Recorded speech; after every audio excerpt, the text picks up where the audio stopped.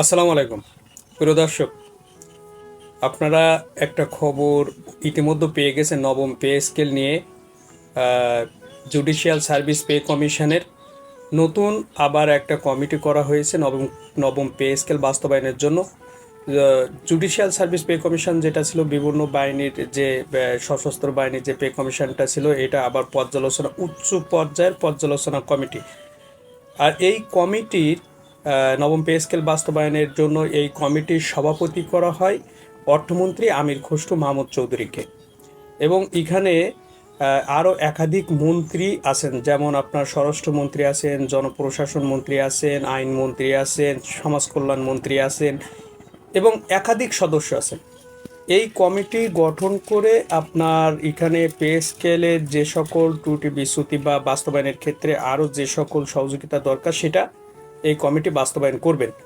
এবং এই কমিটিকে সাসিবিক যে তত্ত্বগুলো বা সাসিবিক সহযোগিতা করবেন অর্থ বিভাগ।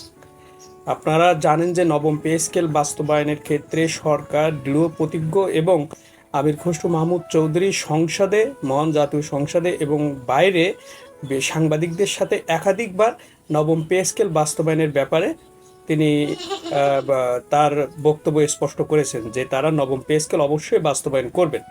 তবে কিছু বিষয় আছে যে বিষয়গুলো এখনও ঠিক না হওয়ায় এটা করতে পারছেন না। এদিকে কর্মচারীদের ভিতরে আসলে হতাশা দিন দিন আরও বেড়ে যাচ্ছে একটাই কারণে, সেটা হলো যে নবম পে স্কেলের ঘোষণা আসলেও এখনও গেজেট বা প্রজ্ঞাপন জারি করা হয় না, যে কারণে তারা আসলে দ্বিধাদ্বন্দ্বে বা সংশয় হতাশার ভিতরে দিন কাটাচ্ছে। কিন্তু সরকারের পক্ষে স্পষ্ট অবস্থান, তারা নবম পে স্কেল বাস্তবায়ন করবেন। আরও একটা বিষয় এখানে খেয়াল করা দরকার যে একাধিক মন্ত্রীকে এখানে সংশ্লিষ্ট করা হয়েছে এই কারণে যে যাতে এটা বাস্তবায়নটা আরও দ্রুত করা যায়। আর কর্মচারীদের এদিকে একটাই দাবি যে তারা আগস্টের ভিতরেই, আসলে আগস্ট মাসের ভিতরে যেহেতু একটা স্মৃতিবহুল মাস, এই মাসের ভিতরেই তারা নবম পে স্কেল প্রজ্ঞাপন জারির মাধ্যমে, সরকারের মাধ্যমে জারির মাধ্যমে তারা একটা আশ্বস্ত হতে চায় এবং তার সমাধান তারা চায়। অবশ্য আমরা আশা করি যে উচ্চ পর্যায়ের এই কমিটি গঠনের মাধ্যমে নবম পে স্কেল বাস্তবায়নের পথ আরও এক ধাপ এগিয়ে গেল।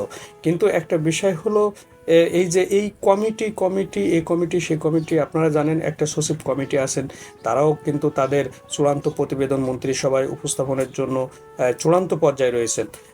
এত এত কমিটি করে আসলে শেষ আসাটা খুবই জরুরি। মানে শেষ বলতে একটা চূড়ান্ত সিদ্ধান্তে আসাটা খুবই জরুরি, কারণ কর্মচারীরা দীর্ঘদিন যাবৎ এই নানা দোলা চালে দোল খাচ্ছে, হতাশায় ভুগছে এবং তাদের নবম পে স্কেলটা খুবই দরকার, কারণ তারা দীর্ঘদিন যাবৎ বৈষম্য এবং তাদের দাবি, ন্যায্য দাবি, যৌক্তিক অধিকার থেকে তারা বঞ্চিত। যে কারণে নবম পে স্কেলটা এই মুহূর্তে হওয়াটাও খুব জরুরি। তো প্রিয় দর্শক, ভালো থাকবেন এবং ভিডিওটি ভালো লাগলে নতুন নতুন তথ্য পেতে অবশ্যই সাবস্ক্রাইব করবেন। আসসালামু আলাইকুম।